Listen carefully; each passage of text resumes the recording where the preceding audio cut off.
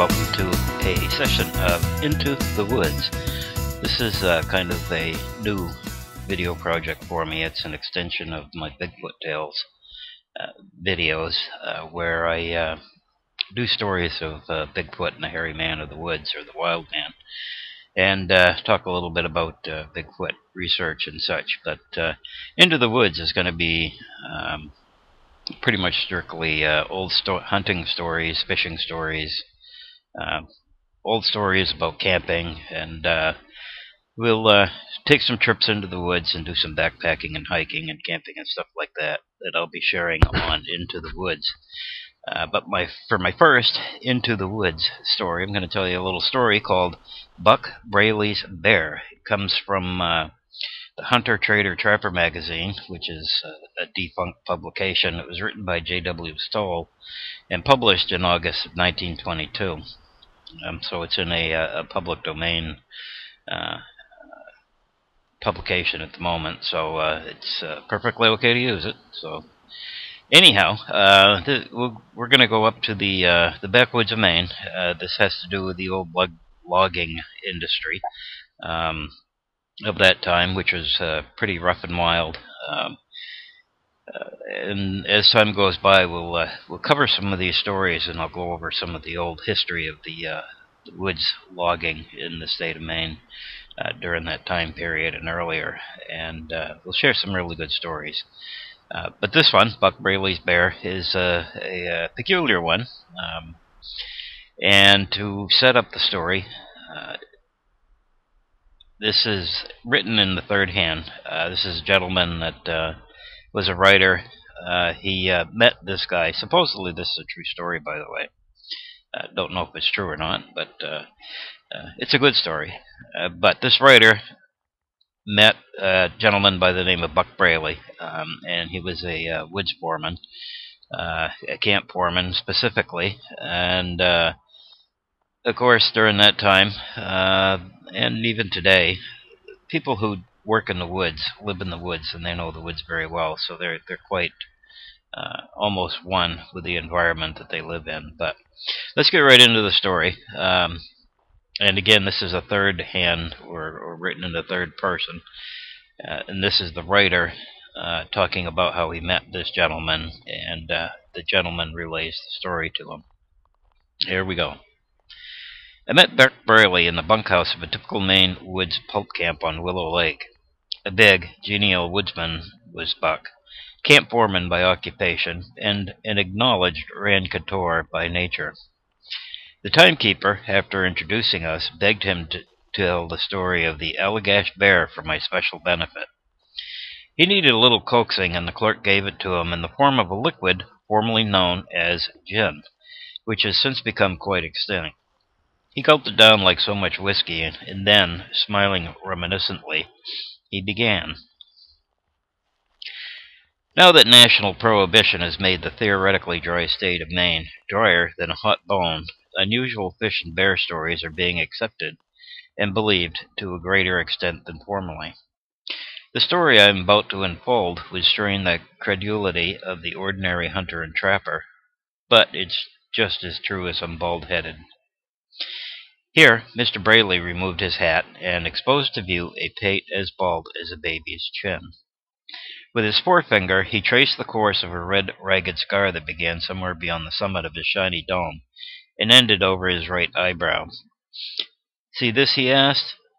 That, and these scars on my hand, is the only visible proof I have of the story, and if you'll take my word for the rest, here goes. We had a lunch carrier over at number 12 that was deaf and dumb. The poor devil couldn't hear a falling tree, and trees was a fallen thick and fast around the works that summer. So I set him to lugging lunch as a safety first idea. One noon, I met him in a dragging road, hoofing it for the camp. I won't say that he was making 30 miles an hour, but he was in high, and his throttle was wide open. I could hear his exhaust before he came around the turn. "What's up, Octave?" I queried as he skidded by me around the bend of the trail. I'd forgot for the moment that he was soundproof. "Well, sir, that Canuck never shifted the gears until he got heard into camp, where he could put the cause of his excitement into writing, thereby letting me and the cook in on it. By the time I'd get there, I'd turned and followed him in on the theory that everything wasn't exactly as it should be. He managed to convey his thoughts to paper, and the cook was poring over the communication when I came in. You know, some of them Canucks ain't as good with a pen as they are with their tongues, and it was some time before I made out a word that looked like it was meant for bear, and I got my clue. There were no guns in camp, it being closed season and all game, so I took a double-bitted axe and sauntered down to the lunch ground to see what I could see. Sure enough, there was a big black bear having the time of his life among the lunch buckets and bean pails. I hailed him as soon as I came in sight, thinking, of course, that he'd laid out, same as a bear should, and would if he was normal-minded. But instead of that, he just looked at me as much to say, "It's no use, I beat you to it." I'd been used to having my way with bears, so I throwed the axe at him and missed him by about 2 inches, the bit sticking into a cedar tree behind the target. The bear must have gathered from this move on my part that I intended to injure him, for he rushed at me with an awful evil expression on his face, which was almost disguised with beans and molasses he'd been stealing. "Well, sir, I'll tell you about me. I ain't no hog. I know when I've got enough." I whirled and put for the camp, which was a half-mile away. Them that see me going back said I made almost as good time as the Frenchman had. Anyway, I was back to camp before the cook and the dummy expected me. "What's the matter?" quizzes the cook, dumping a peck of beans into a pot. "Did you meet another one up this way?" "No," I says, all out of breath. I saw the same one the dummy saw down at the lunch ground." "Get out," says the cook. "You ain't had time to go to that lunch ground and back. You've only been gone 10 minutes. What's a half-mile, I says, when a man's hurrying?" Buck paused and began filling a redolent corncob from a plug of Logger's Delight. Seemingly, the story was at an end, but I recalled the red jagged scar on his summit and waited. When the top of the corncob had assumed the proper glow, Buck drew 3 long, satisfying puffs, spat in the general direction of the camp cuspidor, and resumed the tale. "I came desperate near losing my prestige, is that what you call it, with the boys when they came into camp that night. They didn't show their disrespect by guying me openly, but I overheard a whole lot about what was the fleetest, a footman or beast, and whether a bear would chase a man that held his ground, and all such insinuating nonsense. I lay awake most of the night figuring on how I could redeem my good name with the boys. There was an old rusty bear trap hanging up in the dingle, and I decided I'd set it and get that bear off in my mind. So, bright and early next morning, I took the trap down to the lunch ground, set it beside a big stump, and baited it with a demijohn of molasses. When I got back to camp, the crew was eating breakfast, so I told all hands to beware of the bear trap, and that we'd lunch on the Dragon Road near our camp for a few days. They all promised not to step into the trap. I spent the forenoon getting out roads, and plumb forgot about the bear, and it happened that I was near the new lunch ground at noon, so I ate my lunch with the men. After lunch, I thought of the bear trap, so I ambled down to see if there was anything doing. When I got in sight of the lunch ground, I saw a big black object moving behind the stump. "Aha," thinks I, "Mr. Bear has went and put his foot into it this time." I hurried up with my spotting axe, and was creeping up behind the big stump to surprise the critter with a sharp blow on the head when... what do you suppose I saw? "Why, a big black bear, of course," I replied, wondering what else it could have been. "Wrong. It was the dummy. He had on a black sweater. You should have seen the look that feller gave me. Acted as though he'd something on his mind and he wanted to spit out. I supposed, of course, his leg was broke. That bear trap weighed 21 pounds. But he wasn't hurt a mite. A birch stick happened to get into the trap, and that kept the jaws apart about 3 inches. The chances are the dummy had seen the demijohn on the stump, and he'd reached for it when the concealed trap bit his foot.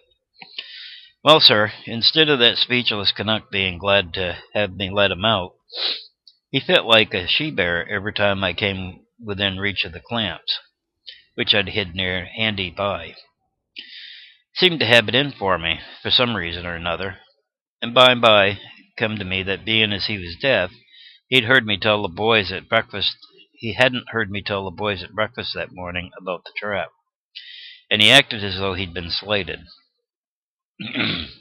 Try as I might to get him out of the trap, I couldn't, for he'd wallop me every time I came in reach, and growl.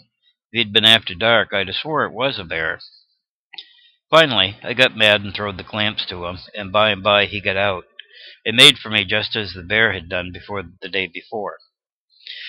He was a big, powerful brute, and I didn't want no trouble with him, so I headed for the camp again, traveling about the same speed I did the day before. I slammed the door of the beaver house just as he came across the camp yard. That obstinate mute sat on the doorstep for 2 hours. When I got squared around, I beckoned him to come and state his grievance. He hadn't got over his surprise at my sudden exit, but pretty soon he came over and began making signs with his fingers. Deaf and dumb alphabet, I suppose, but I'd never learned it, and shook my head.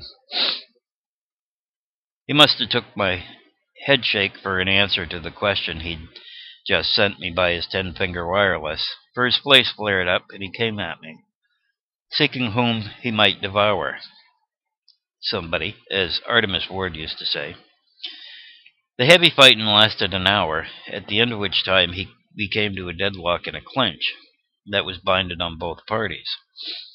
The way we tore up that campground, pushing each other around in that clinch, you'd have thought there'd been a bullfight. Finally, the crew came in to supper and separated us. As soon as we got untangled, so help me Judas Priest, that dummy shook hands with me. The next morning, after breakfast, I motioned the dummy to follow me, and I led him down to the lunch hole and reset the trap, making him plain to him that I wanted him to keep away from that stump. He singled back that he understood, so I sent him back to camp. I prowled around through the works all afternoon, spotting out roads and skidways. After lunch, I took a stroll down towards the trap. When I got there, I saw the bear again, digging up the ground where somebody had spilled some sugar. The bear didn't see me, and I decided to watch from the thicket till he got his eyes on the demijohn of molasses. Pretty soon he got his eyes into it, sniffed, and ambled over to the stump. He reached over and grabbed that jug by the handle, licked it, smacked his lips, and then, instead of stepping into the trap, he slouched over to a big boulder and stove that demijohn all the flinders. That made me mad, and I started for him with my double-bitted axe, using the Apache war whoop to let him know I was on my way. When he saw me coming, he rose up on his fine feet and let out a roar at him like a peeved bull and started towards me. My whoop wasn't worth a cuss compared to his'n, and I throwed the axe and missed him clean. Mister, let me tell you that during that ensuing 2 minutes I was busier than a one-armed paper hanger with a 7-years itch. That bear was probably the best free-for-all catch-as-catch-can wrestler I ever went up against. The worst of it was, he kept backing me towards the cussed bear trap, and I knowed that if I stepped into that, it would be my last important act. So I kept away from the stump the best I could. I heard him tell about the strangling bear in a close fight such as we was pulling off, so I run my hand quick-like into his mouth, calculating to grab the back of his tongue, thereby gagging him and shutting off his wind. I tried to break loose and go off by myself somewhere, but that bear just naturally insisted on me sticking around. And goosh, if I hadn't been for my high-top laced boot, that black cusser would have shredded my legs with his hind claws. As it was, he tore my heavy corduroys above the knees so they looked like this here open work the women are so crazy about. Here, Mr. Braley paused again and showed me exhibit number 2, a gnarly and knotted fist generously tattooed with bluish scars. This here, he continued, will bear me out when I say that a bear can and will snap your hand before you can get to his tongue. I made him let go of his hold on my fist by working my other hand to his throat. I'd no more got my hand out of his mouth than he gave me that awful rake across my dome, but by this time we'd got over to where the axe had stopped in a leaning spruce, As luck would have it, I wrenched myself free just then, grabbed the axe, and came down across that bear's head with it in such a way that he died of his injuries. When he went down, I backed away and watched for signs of returning life, but he'd lost all interest in what was going on, so pretty soon I whipped out my jackknife and started in skinning him. I took hold of his hind foot and discovered he hadn't a toe on it. That accounts for the fact that he didn't tear me to pieces. It also accounts for the fact that he didn't step into the trap when he reached for the jug of molasses. Mr. Braley paused again, relit his pipe, and went over to the wood box, for the fire in the big box stove had burned low, and the late October frost was making itself felt. The wood box was innocent of fuel, upon discovering which, the bear killer began berating the absent bull cook with a string of anathemas in which he employed many picturesque, if not original, adjectives. He hinted to the timekeeper that the negligent bull cook's term would expire in the morning. It was some time before he resumed his former calm. Presently, however, he relit his pipe, settled himself in the clerk's chair, and rested his feet upon the rough cedar-split writing desk. "Where was I?" he asked presently, when I changed the subject. "You were saying that the fact that the bear had no toes on his right hind foot accounted for the fact that he avoided stepping into the track," I prompted. "I don't quite understand." "Well, you see," he took up the tale again, "the missing toes made me recognize the bear. It was the same brute that me and Jim Ferguson had such a time trying to catch last summer up at the mouth of Musquecook Stream. Jim was making bygone. That's the local name we have up here for homemade lightning, unbeknown to the authorities. A drink of bygone has got an awful recoil to it, so it's no wonder it went to the bear's head when he found a pail of it one day in the woods back of Jim's still. Jim had gone down to a pool to catch a mess of trout. On his way back to camp, he was feeling quite cheerful himself, having been experimenting with the effects of his denatured potato juice. He met a bear staggering along the trail. The bear had about all he could hold, but Jim didn't know whether to arrest him or not, being as he didn't have no gun. The bear was staggering that bad, and he went around a tree beside the trail trying to walk straight. When Jim saw that, he made up his mind that his condemned potato steam was all that he intended to claim it to be. The bear didn't pay no more attention to Jim than nothing at all. The next day, the bear came back, sober as a judge, and drove Jim from his still. It was then that Jim came over and got me, knowing that I had a couple of bear traps. I'd made the mistake of trying out Jim's hooch before setting the traps. Jim was generous with the stuff, made me drink almost a pint dipper full at one sitting. When I rose to my feet, I didn't care whether the next president was Republican or Democrat. That bygone was sure concentrated joy water. Jim's cabin spun around like a merry-go-round, but I watched my chance and dodged out through the door when it came my way. I took one of the bear traps and started for the still. Jim said he'd be along as soon as he put on a pot of beans. Bear tracks was pretty thick around the little spring just back of the still, so I took the screw clamps out of my pocket and started to compress the springs. Well, sir, just as I was spreading the jaws apart, I lost my balance and let go of the trap. When I fell forward, my knees knocked the clamps, which I suppose wasn't set very firm, off in the springs, and there I was, caught by the leg of my corduroys. I started to drag myself towards the cabin, trap, clog, and all, but before I'd gone 10 rods, I fell asleep. Jim told me afterward that he came out and searched for me, but, you see, I was in the woods, off the trail and dead to the world, so I couldn't hear him hoop. When I woke up, my head was so big that I didn't dare move it for fear of bumping into a tree, and the trees was about 10 foot apart. Every time I moved my legs, I felt something tugging at it. I looked down and see I was trapped.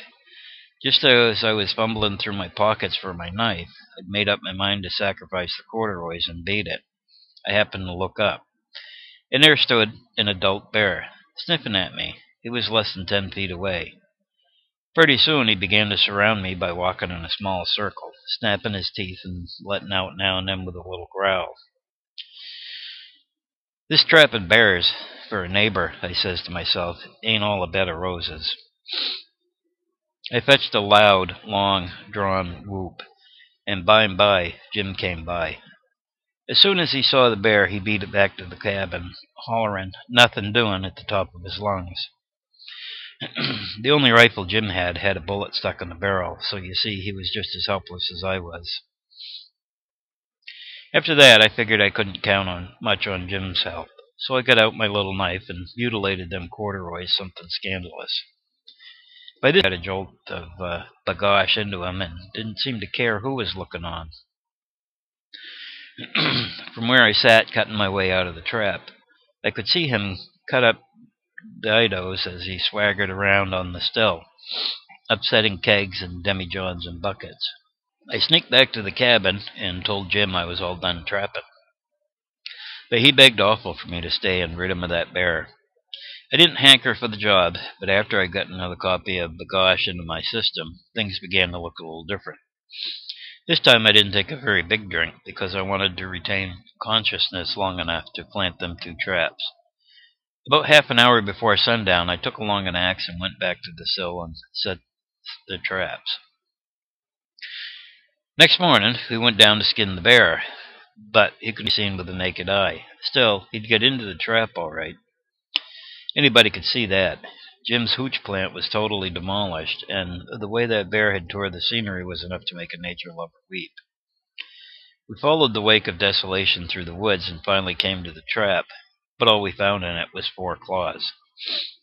I reset the trap, but the bear never came back. I guess he figured that it didn't pay to monkey with moonshine.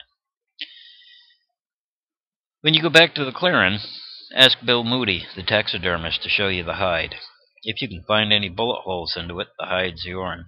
And while you're at it, take a look at the off hind foot. And that's the story of Buck Braley's bear.